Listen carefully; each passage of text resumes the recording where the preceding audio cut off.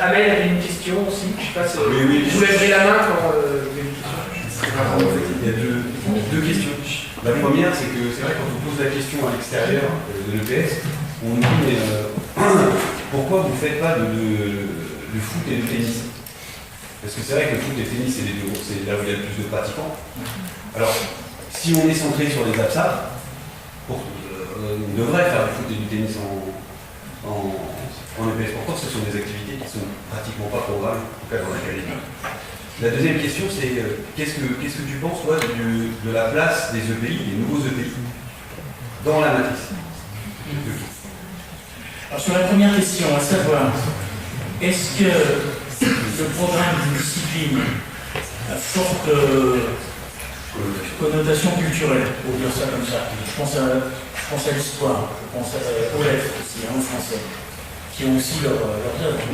Est-ce qu'une discipline à forte connotation culturelle doit être en partie ou totalement calquée sur la plus grande consommation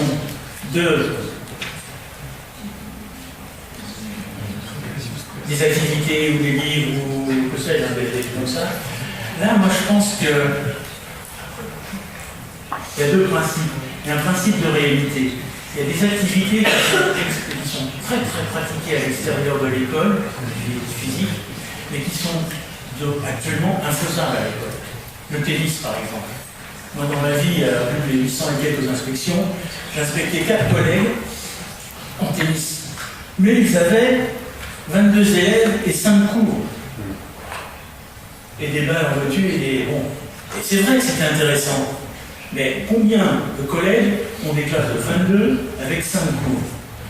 Et le vélo, par exemple. Le vélo est une activité hyper intéressante de mon point de vue. Et ensuite, intéressant sur tout un tas de problèmes. Mais vous voyez un cours de vélo, au sens cyclotouristique du terme, même si les élèves, même si les collègues font de plus en plus de VTT, et ainsi de suite. Pas facile, ce truc-là. Puis le deuxième rideau, c'est est-ce que l'école doit se caler sur le plus 10 ans, en fait? Vous voyez ce que je veux dire, hein? Parce que si tout le monde en fait, bah, laissons l'extérieur en faire faire, quelque part. Et est-ce que l'école ne doit pas être aussi éveilleuse, goûteuse d'activités que l'on ne fait pas, de grands champs d'expérience que l'on ne fait pas? Il y a combien d'élèves qui n'auront fait, comment dirais-je, fait de la gym, de la danse, de la CO qu'à l'école? Alors peut-être que certains vont continuer après, et c'est tant mieux, mais quand même à l'école. Imaginons la même question en lettres. Quels sont les bouquins que les parents lisent le plus, s'ils en lisent? C'est pas obligatoirement Balzac, ainsi de suite.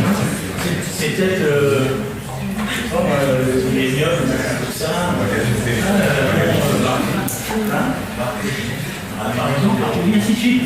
Donc, nous avons, je crois, et c'est mon côté républicain, laïcard, jacobin, là-dessus, nous avons une ambition et une obligation de faire goûter aux élèves des expériences via des activités qu'ils n'auront peut-être pas, qu'ils n'auront pas l'occasion d'avoir s'il n'y avait pas de PS, et qui poursuivront peut-être après dans leur modalité. Dans leur modalité. Si quelqu'un, un garçon ou une fille, découvre la danse en éducation physique et sportive sous l'angle de la CP3, on donne à voir, et ainsi de suite.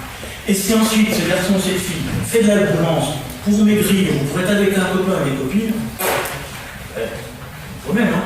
Mais nous, on leur a confronté une expérience qui nous paraît culturellement intéressante. Juste une petite parenthèse, on va se donner en gros un quart d'heure d'une question courte, réponse courte, puis on a une deuxième, et puis je crois qu'il y en a une deuxième. Les épis. Voilà, et moi j'en ai une parce que tu as dit quelque chose qui m'a fait tilt. Tu as dit une discipline qui ne s'évalue pas, au plan national, est en danger. Donc je voudrais mettre ça en rapport avec ce qui est absent pour un certain nombre d'entre nous dans le projet de programme du collège, à savoir le DMU, l'EPS. Alors, Donc, je réponds sur les EPI que Amel a soulevé. Là, je ne connais pas bien comme étant les affaires depuis un certain temps. Si j'ai bien compris, ce sont des enseignements interdisciplinaires qui demandent à des professeurs de se marier, si j'ose dire, afin de pouvoir créer non pas un enseignement supplémentaire, mais de pouvoir, si j'ai bien compris, profiter des enseignements de l'un pour que l'autre les exploite et inversement. J'ai dans l'idée, évidemment, tout ce que l'on fait, nous, en EPS, autour du demi-fond qui est en général source de collection de données de vitesse, de données de pulsation, enfin de données pour aller rapidement, des chiffres, des nombres et des choses comme ça, qui peuvent être exploitées en maths, peut-être pour des notions en physique, je ne sais pas, et qui peuvent être explicitées en SVT sur le domaine cardiovasculaire, ainsi de suite. Bon. Ça, je pense qu'un grand nombre de collègues le font déjà. Là, bon. Alors après, savoir, c'est une modalité. Est-ce qu'il faut que le prof de maths soit avec le collègue d'éducation physique pendant tout le cycle de demi-fond, et inversement, est-ce qu'il faut que le professeur d'éducation physique soit pendant un chapitre sur la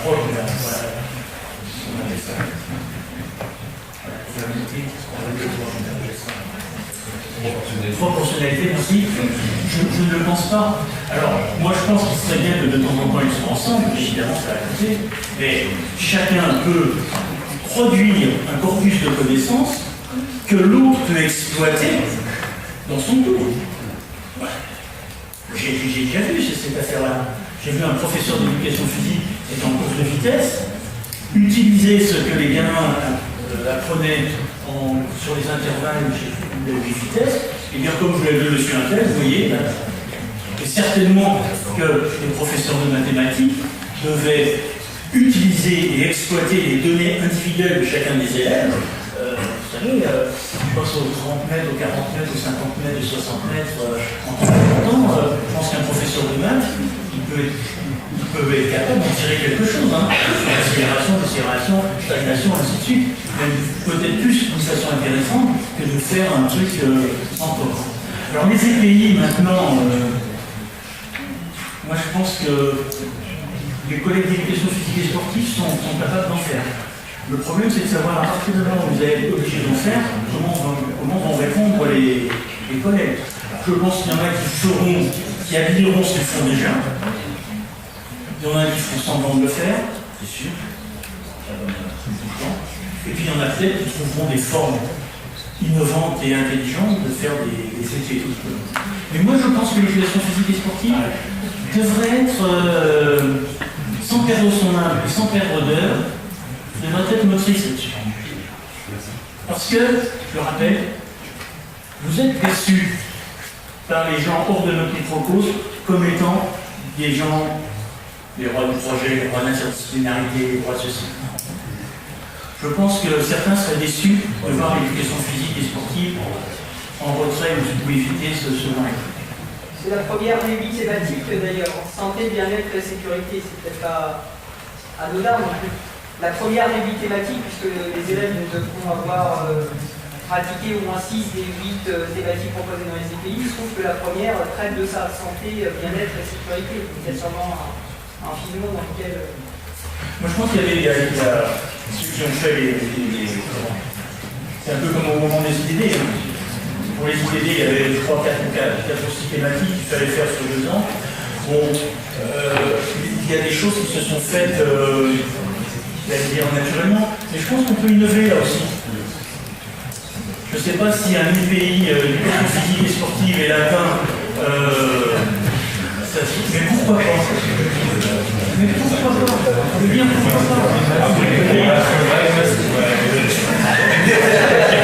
Avec les mêmes, je pouvais utiliser dans le titre du Mexamel Corporé Sano, un hameçon dans un corset. Sur l'évaluation, alors sur l'évaluation. Sur l'évaluation, il y a plusieurs niveaux d'évaluation. Je reprendrai le schéma didactique d'Antoine Léon, qui m'a permis de passer le CAPES il y a bien longtemps. Antoine Léon disait tout acte pédagogique, didactique, peut être circonscrit entre 4 pôles. Le pôle des enseignants, le pôle des enseignés, le pôle des contenus et le pôle de l'environnement. Ça faisait un carré, il y avait des diagonales, il y avait 6 relations. Et on observait les relations. Enseigner, enseignant, contenu et environnement. Moi je pense que l'évaluation, elle peut se faire, elle peut s'imaginer sur les 4 pôles. On évalue les enseignants. On évalue nos élèves. Sous forme de notes, sous forme de compétences, etc. On évalue un peu moins l'environnement, les conditions matérielles, ainsi de suite. Et ça, je pense que ça devrait être fait. Et on n'évalue pas assez, d'une façon collective et nationale, les contenus dans leur version acquisition. Qu'est-ce que savent faire nos élèves au bout de 468 heures de PS, au moins au niveau du DND, enfin de la fin de la scolarité obligatoire. Et je pense que, à partir du moment où on n'est plus dans le, comment dirais-je, dans le radar de l'évaluation certificative, ça peut être problématique pour l'éducation physique et sportive. Même si j'ai bien compris, on nous dit qu'elle participera à l'évaluation du socle par le biais de l'évaluation des 5 domaines du socle. Bon. Ça, c'est le premier point. Le deuxième point, l'évaluation d'une discipline, je pense, si vous voulez, par exemple, aux enquêtes PISA, qui évaluent quand même les acquisitions des élèves, même si c'est controversé en mathématiques, en littératie, comme on dit, en numératie, tout ça, c'est quand même quelque chose d'intéressant pour renseigner la représentation nationale sur les résultats et les performances des élèves après que l'institution ait mobilisé des moyens. Moi, je pense que l'éducation physique et sportive a tout intérêt à avoir un cadre national pouvant comparer et évaluer les résultats de ses élèves au regard des forces objectives de l'EPS, ou même au regard des compétences attendues que l'on attend de nos élèves dans les activités utilisées. Et si j'ai bien compris, dans le nouveau programme, ça n'est plus. Moi, je pense que là, plus on est clair, plus on donne à voir à ceux qui ne sont pas de microcosme, c'est important. Parce qu'il y a une dimension économique, et c'est très clair. N'oubliez pas qu'un objet d'enseignement, il peut être, comme on dit à l'ENA, vu sous 3 points de vue. Le point de vue du fonctionnaire, le point de vue du citoyen, c'est le point de vue du contribuable. Si on n'arrive pas à montrer que nous, on rapporte plus que l'on coûte, on est en difficulté quelque part, même si c'est un peu abrupt ce que je dis. Souvenez-vous, c'était avant 2000, il y a une petite feuille qui avait écrite, qui avait vu qu'il y avait une conférence, c'était à l'INEPS là. C'est quelque chose, une conférence des ministres du sport pour l'éducation physique, c'est sous l'égide de l'ONU, qui montrait qu'$1 investi dans l'éducation physique et sportive dans le cadre scolaire rapportait $6 en santé, en bien-être, en citoyenneté, et ainsi de suite. Moi, franchement, je suis sûr que là-dessus, on n'a pas à rougir. Encore faut-il le montrer. Encore faut-il le montrer. Et c'est pas simple. Regardez par exemple l'évaluation. La condition physique et le niveau physique de nos élèves.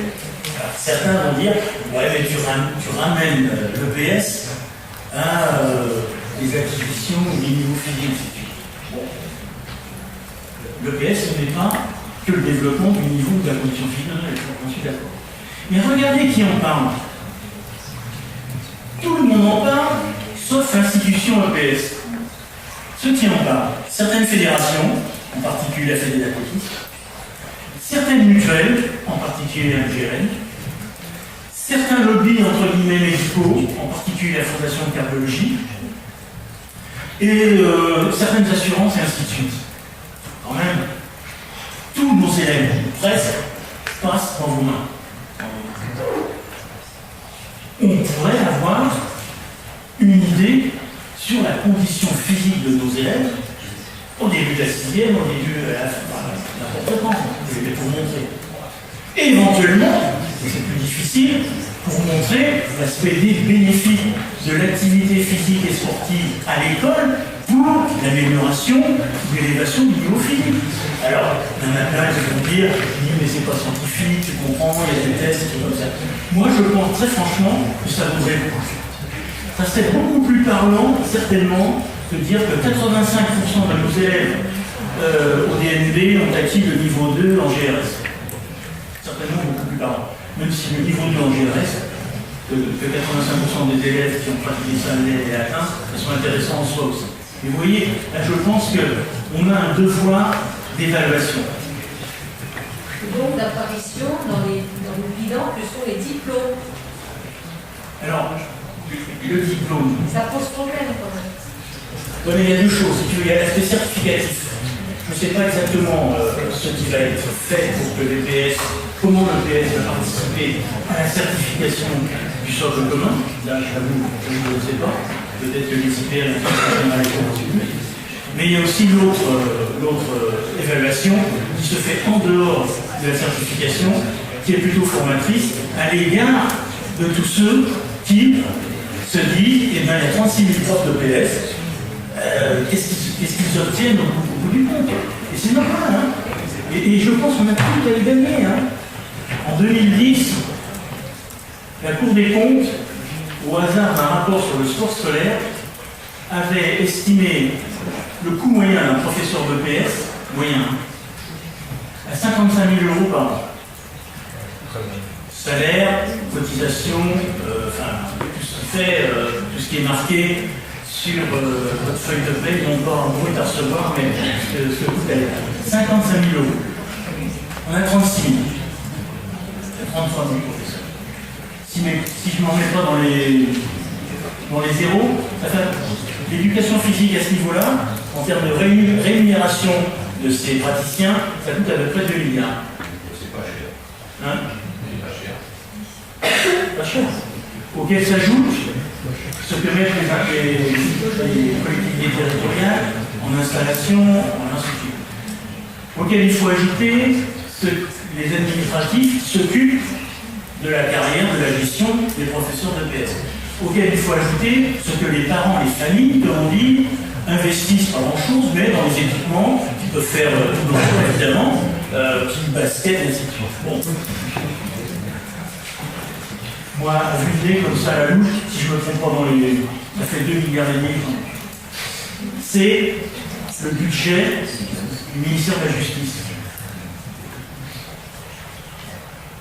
C'est le budget du ministère de la Justice. Et savez-vous combien il y a de personnel de la pénitentiaire, comme on dit? 36 000. Vous voyez? Oui, l'enjeu. On a combien de personnes que vous connaissez qui disent bon, l'éducation physique, sport, important, puis s'ils n'en font pas à l'école, ils en font ailleurs, puis s'ils n'en font pas, voilà. Eh bien, moi je pense, très franchement, ça c'est le point de vue du contribuable, que je suis maintenant, on a tout à gagner à mettre les choses à plat. On a tout à gagner pour montrer que peut-être il y a des, non pas des gisements d'économie, mais des meilleurs rendements à avoir. Et moi, je pense que franchement, l'éducation physique et sportive, en particulier délivrée à tous nos élèves qui ne font rien à côté de l'école. Je vous invite à lire les travaux de Maxime Travers, qui est maître de conférence à l'ESP de Marseille. Il a fait des enquêtes, son biographie de l'ESP autour de Marseille, et ainsi de suite. Il montre ce que tout le monde montre, c'est que plus on va vers la terminale, moins il y a de pratiques sportives, j'allais dire volontaires à l'extérieur. Mais que, ça c'est des moyennes, mais que dans certains quartiers, dans certaines filières, dans certains, comment dirais-je, localités, ça va jusqu'à 90%.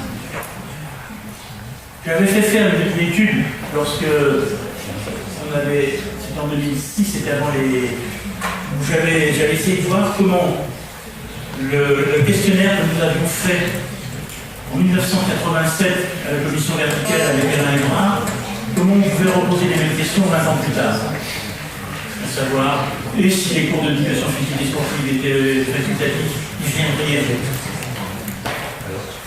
En 1987, ils étaient 80 à dire oui, je viendrai. En 2007, ils étaient 81% à dire oui, je viendrai tout le temps. Quand même. Mais dans le même temps, il y avait des questions. Est-ce que vous pratiquez une activité à l'extérieur de l'école? D'une façon sauvage, d'une façon encadrée, ainsi de suite. Et là, qu'est-ce qu'on s'aperçoit? Que de 87, ça baisse. Et ça baisse dramatiquement sur certaines populations.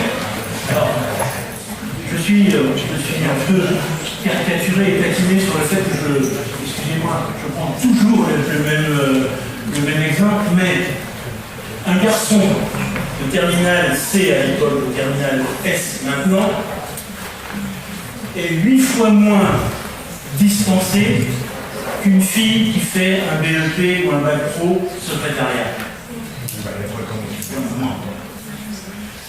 Un garçon et une fille de terminale S ou C, arrivés en classe de seconde au lycée, ils sont encore 60 à 60% à faire encore une activité à l'extérieur de l'école. Les filles de la filière professionnelle du tertiaire sont 85 à 90% à ne plus faire aucune activité physique. La seule activité physique qu'elles ont, c'est dans le cadre de l'EPS, laïque, républicaine et obligatoire. C'est ça aussi qui est impressionnant. Donc, pour faire simple, moi je plaide, c'est plus mon problème, pour que nous ayons enfin une évaluation nationale des acquis des élèves en EPS. Et moi il me semble que les 3 objectifs, tout à fait les 3 maintenant, et que nos objectifs que l'on affiche, même si c'est difficile, eh bien on met des mesures sur ces 3 objectifs, ou les 5. Mais Michel, on va être obligé de contraint par le temps et l'organisation de l'FPE qui doit fermer les portes à 9h. Donc on remercie déjà pour